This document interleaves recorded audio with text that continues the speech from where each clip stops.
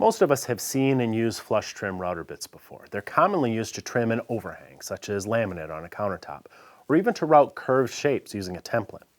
But did you know you can use a flush trim bit to cut a straight edge on a workpiece? Recently, we built a router bit cabinet that had sloping sides. This would have been difficult to cut on the table saw with a taper jig because the edges change direction at the top and the bottom. A bandsaw is a better option, but it's difficult to get consistent, smooth cuts along long, straight edges with many bandsaws. Plus, we had two sides to make and we wanted them exactly the same. So we sandwiched them together with double-sided tape. Then we attached scraps of MDF along the straight cut lines. Now a bandsaw was used to cut away most of the waste, but we stayed about 1/8 of an inch back from the MDF. The workpieces were then clamped to a bench with the MDF on the underside, and a flush trim bit was installed in the router. The bearing of the bit ran along the straight edge of the MDF, cutting perfectly straight lines on the workpieces.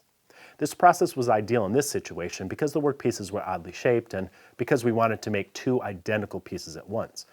But you may also use a flush trim bit to cut straight edges on straight panels.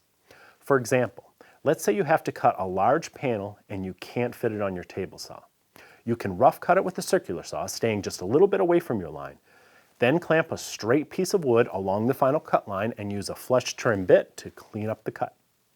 This is especially useful if you want to be absolutely sure you get zero chip out along the cut line.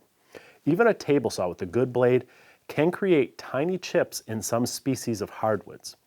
So you may use your table saw to cut close to the line, but a router with a flush trim bit to clean up the edge so it's nice and crisp.